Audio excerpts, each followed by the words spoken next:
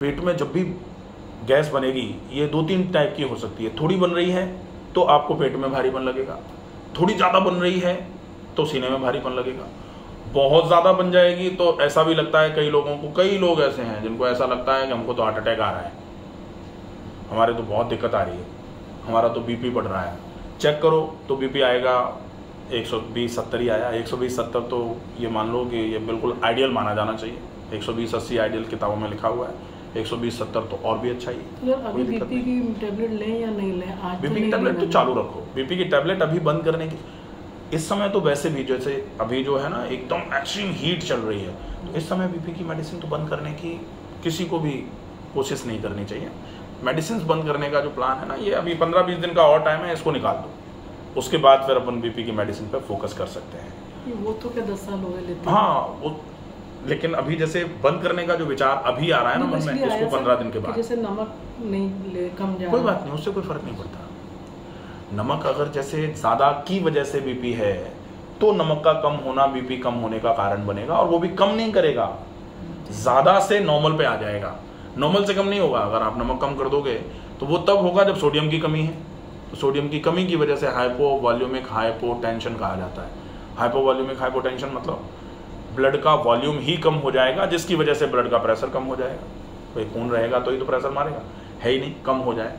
कम क्यों हो जाए? क्योंकि खून गाढ़ा हो जाएगा, क्योंकि सोडियम नहीं है। सोडियम नहीं है तो पानी प्रॉपर मात्रा में नहीं मिलेगा, तो फिर डाइल्यूशन प्रॉपर नहीं होगा, इसको बोला जाएगा हाइपोवॉल्यूमिया। और हाइपोवॉल्यूमिया की वजह से बीपी थोड़ा डल लगेगा, लेकिन ये डल नहीं है, ये कम नहीं है, ये तो नॉर्मल है। हाँ, फिर हम कल लेट गए शाम को, फिर वो नहीं किया, वॉकिंग वगैरह नहीं। हाँ, अब इस पेट पर फोकस करो। ये गैस जो बनती है ना, ये अभी माइल्ड टू मॉडरेट पर ही है, मॉडरेट टू सीवियर पे है ही नहीं अभी आपकी।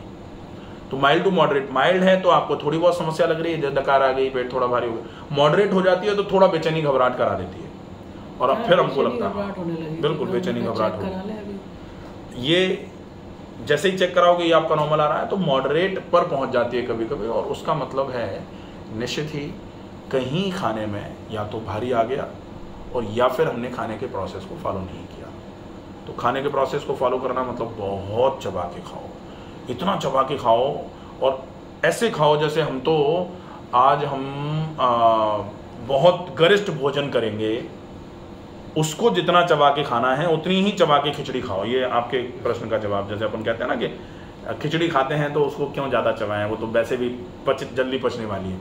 तो वो खिचड़ी तो जल्दी पचने वाली है, लेकिन हमारा पाचन तंत्र तो कमजोर है ना बेचारा, तो हमको तो अपने पाचन तंत्र के अनुरूप अपने रूटीन्स में चेंजेस करने। तो खिचड़ी को भी वैसे खाओ जैसे कहते हैं ना कभी कभी कि आप तो सूखी रोटी भी ऐसे खाओ जैसे हलवा खा रहे हैं, तो वैसे वो स्वाद की बात होती है। यहाँ प्रोसेस की बात है कि आप खिचड़ी को भी वैसे खाओ जैसे आप पूड़ी और सब्जी खा रहे हो, बहुत चबा के। जितना चबा के खाएंगे उतना ज़्यादा पेट नरम रहेगा, हल्का रहेगा, क्योंकि चबा के खाने से ही डाइजेशन है, ये तो बिल्कुल कंफर्म है। ज़्यादा चबा के खाया, खाना डाइजेस्ट होगा। डाइजेशन अगर प्रॉपर रहेगा तो GET प्रॉपर रहेगा। GET का मतलब होता है GET मतलब गैस्ट्रिक एम्पटीइंग टाइम। गैस्ट्रिक एम्पटीइंग टाइम का मतलब होता है आमाशय धीरे धीरे करके जो खाली होता है उसका एक टाइम होता है, हर खाने का अलग टाइम है। आप जूस पियोगे जल्दी नीचे उतर जाएगा, तो वो क्विक टाइम है। आपने पूरी सब्जी खा दी तो वो बहुत धीरे धीरे करके नीचे उतरेगा, पचता जाएगा, नीचे उतरता जाएगा, पचता जाएगा, नीचे उतरता जाएगा। तो वैसे वाला जैसे होता है ना कि आप जैसे गाजर का जूस निकालो या फिर लौकी का जूस निकालो तो जल्दी निकल जाता है, लेकिन आप उसमें अगर किसी भारी चीज़ का जूस निकालो तो धीरे धीरे करके प्रोसेसिंग होता रहता तब निकल के आता है। तो ऐसे ही ये है कि जितना हल्का खाना उतना GET कम रहेगा, गैस्ट्रिक एम्पटीइंग टाइम कम रहेगा। कम मतलब जल्दी से खाना नीचे उतरेगा, जल्दी उतरेगा। और जितना भारी खाओगे, जैसे कहते हैं ना लोग के पेट में भारीपन सा लग रहा है, क्यों लग रहा है भाई? क्योंकि हमने जो खाया था वो आमाशय से नीचे जा ही नहीं रहा, जाएगा, और जब तक वो जाने का मन बनाएगा तब तक हम दोबारा खा देंगे, तो फिर पेट हमेशा ही भारी लगता है। ये किसकी गड़बड़ी है? ये हमारी गड़बड़ी है कि पहले वाला तो आमाशय नीचे उतार नहीं पाया, और हमने दूसरा ऐसा और दूसरा, और तब सोने पे सुहागा हो जाता है कि हमने पूड़ी पराठे खाए थे पहले और दोबारा हमने फिर से जाके कहीं बाहर खाना खा दिया, उसमें मसाले चिकनाई ज़्यादा मात्रा में खा दी, ऐसा जब तो गड़बड़ हो जाएगा। तब केवल लेटना नहीं, ऐसा जब लगे तो कुछ ऐसा करना बेहतर है जिससे वो खाना थोड़ा जल्दी पचना चालू हो जाए। तो थोड़ा टहल लिया, जैसे बहुत सारे लोग पेट पे हाथ फेरते हुए टहलते हुए नजर आते हैं ना, पेट पे हाथ फेरते हुए आप लेटे रहोगे तो पेट पे हाथ फेरना काम करेगा लेकिन कम, लेकिन पेट पे हाथ फेरते हुए टहलोगे तो टहलना ज़्यादा काम करेगा, क्योंकि टहलने से क्या होगा, आपके पाचन की दर बढ़ेगी, आप शरीर में ऊर्जा खर्च कर रहे हो थोड़ी। लेकिन पेट में दर्द हो रहा है और कोई कहे दौड़ दो, तो दौड़ना तो संभव नहीं है उस समय, लेकिन चल सकते हो। तो कैसे भी करके उस खाने की, और दूसरा तरीका क्या होता है, जैसे कुछ लोग बहुत प्रोएक्टिव टाइप के हो जाते हैं, उनको समझ में आ जाती है कि ये गड़बड़ तो इसलिए हो रही है क्योंकि हमने भारी खा दिया है, तो वो 1 गिलास पानी पीते हैं गुनगुना करके और मुंह में उंगली डाल के उल्टी कर देते हैं, खत्म, फिर उनको पेट भारी लगना खत्म हो। जैसे अपन कभी कभी कराते हैं ना कि किसी को बहुत दिक्कत आ रही है, बहुत पेट भारी हो रहा है, बेचैनी घबराहट हो रही है, फड़फड़ा रहे हैं लेकिन बीपी सही आ रहा है, ऑक्सीजन सैचुरेशन ठीक है और कोई दिक्कत नहीं है, तो अपने को समझ में आ जाता है कि ये गैस्ट्रिक डिस्टेंशन हो रहा है ड्यू टू इंडाइजेशन।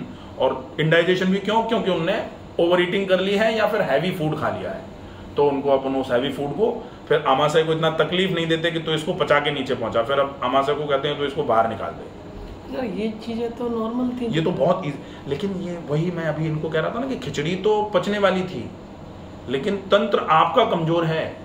नॉर्मल तो ये है लेकिन तंत्र तो आपका कमजोर है, तो ये नॉर्मल भी कभी कभी, और उसमें भी तंत्र कमजोर के साथ साथ और कुछ फैक्टर होते हैं, जैसे ये तो ठीक है लेकिन कभी बहुत प्रॉपर तरीके से मन से खा रहे हैं, बहुत चबा के खा रहे हैं, कभी उसमें थोड़ी प्रॉब्लम आ गई, कभी हमने खाया लेकिन थोड़ा जल्दी में खा लिया, कभी हमने खाया और खाते समय हम स्ट्रेस में थे, क्योंकि काम तो बहुत सारी चीज़ें करती हैं, अपन तो थोड़ा बहुत समझते हैं कि भाई खाना है चबा के खा लो, पानी मत पियो, ये सब हम जानते हैं, लेकिन हम ये भी तो समझें, कहा पुराने समय में लोग कहते थे कि अगर आप क्रोध में हैं आप भोजन मत करो, आपके यहाँ शोक है आप भोजन मत करो। और इसका प्रत्यक्ष उदाहरण हुआ करता था कि जिनके यहाँ शोक होता था उनके यहाँ खाना बनता ही नहीं था।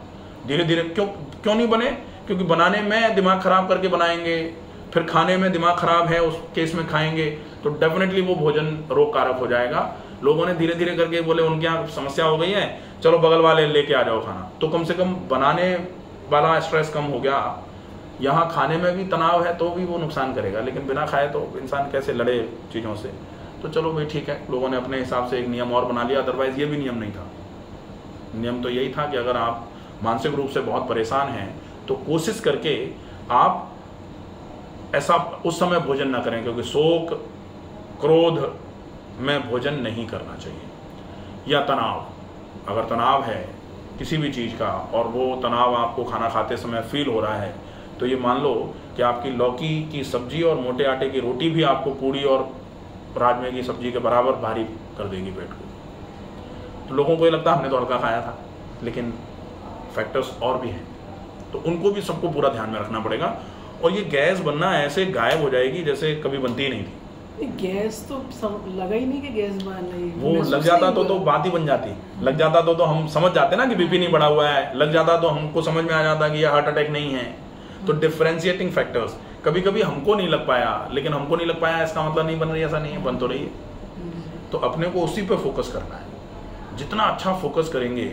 और फ्लैटुलेंस एक ऐसी समस्या होती जा रही है जिसको गैस बनना बोलते हैं, जिसको गैस्ट्राइटिस में भी जो बनती है, इंडाइजेशन में भी जो बनती है, एसिडिटी में भी जो बनती है।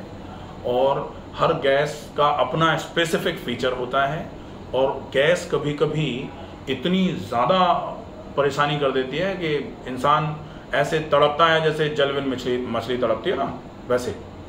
और जैसे ही गैस खत्म होती है, ऐसे जैसे सागर में, जैसे उबलते हुए दूध में थोड़ा ठंडा पानी डाल दो तो जैसे झम से बैठ जाता है ना, ऐसे ही गैस बन रही है। आप अगर गैस बनने को कम करवा दो, ऐसे सिम्टम्स गायब हो जाएंगे जैसे बिल्कुल थे ही नहीं।